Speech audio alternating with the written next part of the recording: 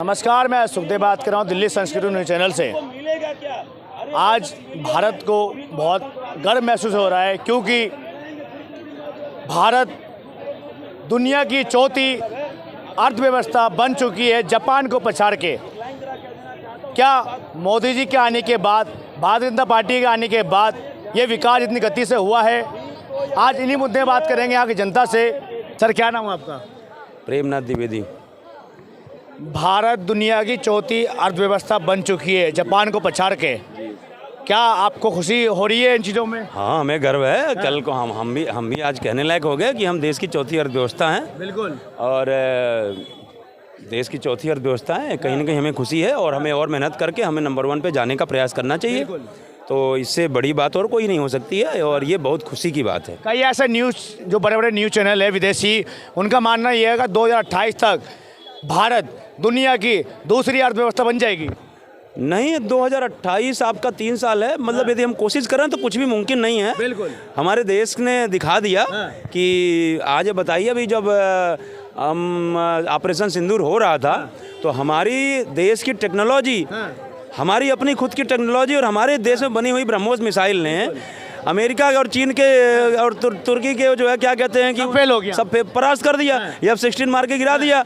तो इससे कहीं ना कहीं आज जो है वो हम हर मामले में हम विश्व में शक्ति के मामले में भी आगे बढ़ रहे हैं और जो है विश्व में पैसे के मामले में भी आगे बढ़ रहे हैं। विपक्ष नेता है ये आरोप लगा रहे थे, क्या युद्ध होने के बाद हमारी जो इकोनॉमिक है बहुत डाउन हो जाएगी? अरे ये इनको देश की चिंता नहीं है ना, इनको बस अपनी राजनीति की चिंता है और ये लोग बस पाकिस्तान परस्ती बात करेंगे, पाकिस्तान के फेवर में बात करेंगे। इनको देश की चिंता नहीं है। आज ये बताइए, अभी आप ऐसा नहीं है भाई, हमारा खर्चा तो हुआ ना भाई। हम एक तो हमारे भाई जो हथियार जो मिसाइलें दगी तो खर्चा तो हुआ और दूसरी बात ये है कि भाई मतलब और उसके साथ साथ क्या है कि भैया जो एक विश्व में जो बात है कि भाई भारत ने पाकिस्तान के ऊपर ये वो स्ट्राइक कर दिया, प्रेशर कर दिया, लेकिन फिर भी कहीं ना कहीं अर्थव्यवस्था बताइए चौथे नंबर पे आ गई।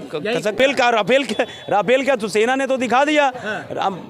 बताइए कि तहलका मचा दिया हमारे देश की सेना ने, हमारे तीनों सेनाओं ने देश मतलब जा करके पाकिस्तान में तहलका मचा दिया, सैकड़ों किलोमीटर अंदर घुस करके। और ये बताइए वहाँ जो है किसी देश में जा करके घुस करके और वहाँ पे चिन्हित कर करके एक टारगेट की इन ठिकानों को ध्वस्त करना है, इससे बड़ी बात और क्या हो सकती है भाई साहब?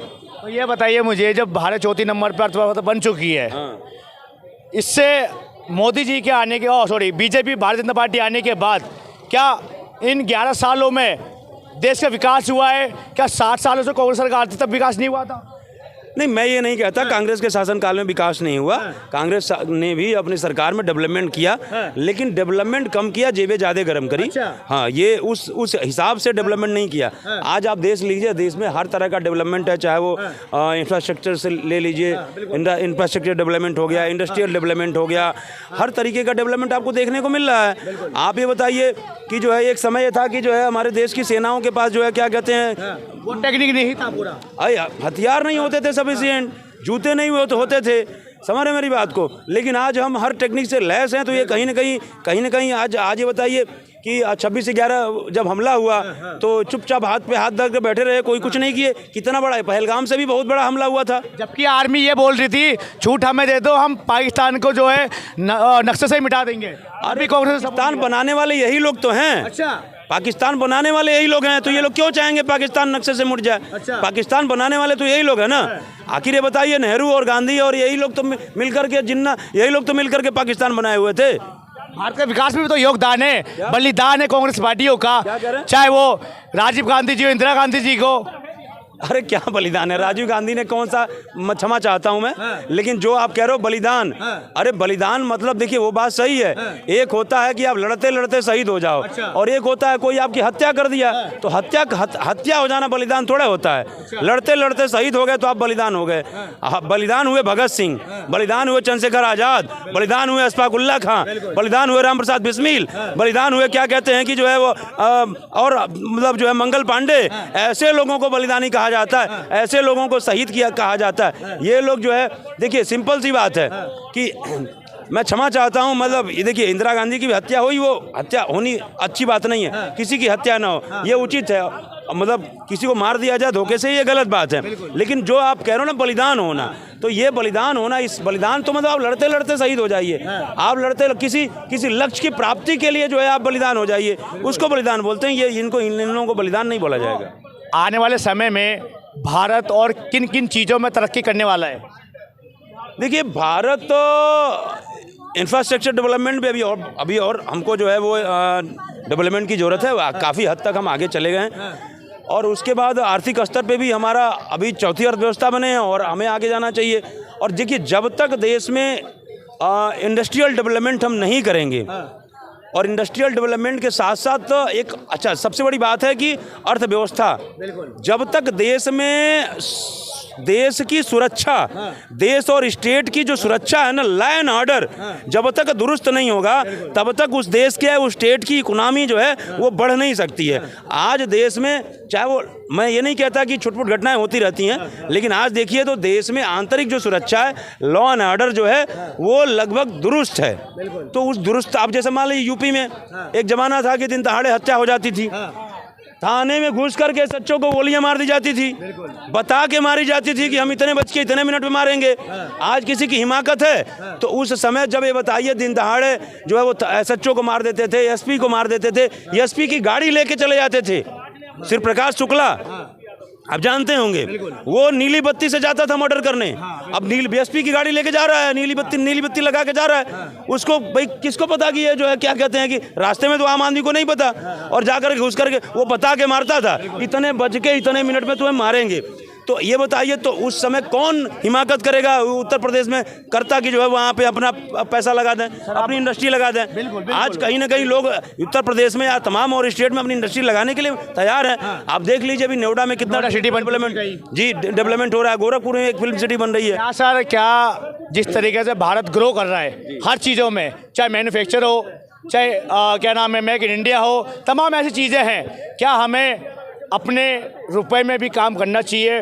डॉलर के सम्मान वो जाना चाहिए, हमारे रुपया भी नहीं होना चाहिए, मैं ये नहीं कह रहा हूँ। लेकिन इसके साथ साथ मैं एक और बात कहना चाहता हूँ कि जैसे आप कह रहे हो ना कि मतलब हम बढ़ रहे हैं, तो हमें ना अपनी सोच को भी थोड़ी और आगे, मतलब एक दूरदृष्टि सोच होनी चाहिए हमारी। हमें अपनी सोच को भी बढ़ाना चाहिए।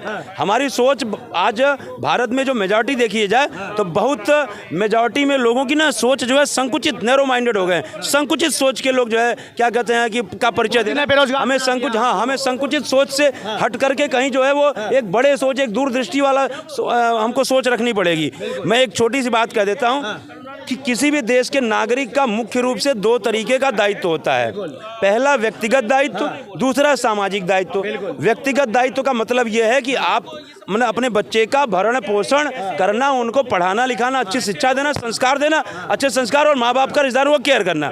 सामाजिक दायित्व पे आ जाइए। सामाजिक दायित्व यह है कि समाज में, देश में, मतलब समाज आपके इर्द गिर्द या मतलब जो भी है समाज में या देश में कुछ भी अच्छा हो रहा है उसमें अपना योगदान देना, और यदि गलत हो रहा है तो उसका विरोध करना। आज हम अपने व्यक्तिगत दायित्व को तो बड़े चाव से निभाते हैं, लेकिन सामाजिक दायित्व निभाने में हमारी नानी याद आ जाती है। अभी यहाँ किसी को कोई मारने लगे, किसी रिक्शे वाले को, तो कोई विरला व्यक्ति होगा जा करके पूछेगा भैया क्यों मार रहे हो, जब मतलब कोई बिना गलती के मार रहा है।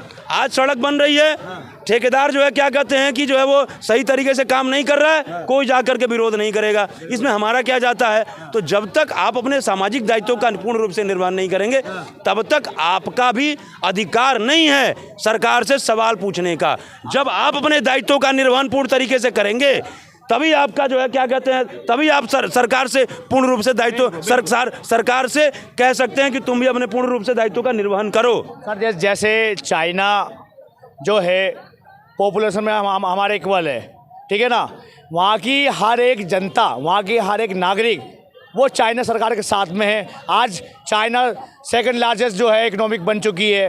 क्या भारत में भी सेम हर एक नागरिक का वही कर्तव्य बनता है? क्या भारत के साथ सपोर्ट करना चाहिए? यही तो मैंने अभी ये बोला आपको।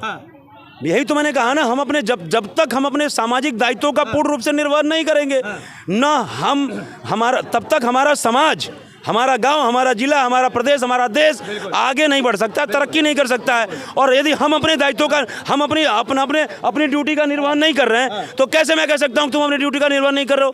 पहले हम अपनी ड्यूटी का निर्वहन करें ना, अब पहले हम अपने दायित्वों का निर्वहन करें, तभी हम सरकार से उस जो कह सकते हैं कि भाई तुम अपने दायित्वों का निर्वहन करो। नहीं करोगे तो हम जो है तुमको जो है क्या कहते हैं तुमसे सवाल पूछेंगे। तो अपने दायित्वों का निर्वहन करना जरूरी है, चाहे आपका दोनों दायित्व इंपॉर्टेंट है, व्यक्तिगत भी और सामाजिक भी। ठीक है सर। तो आप देखते रहिए दिल्ली संस्कृति न्यूज़ चैनल, अपनी लाइव जरूर रखिएगा। जय हिंद, जय भारत।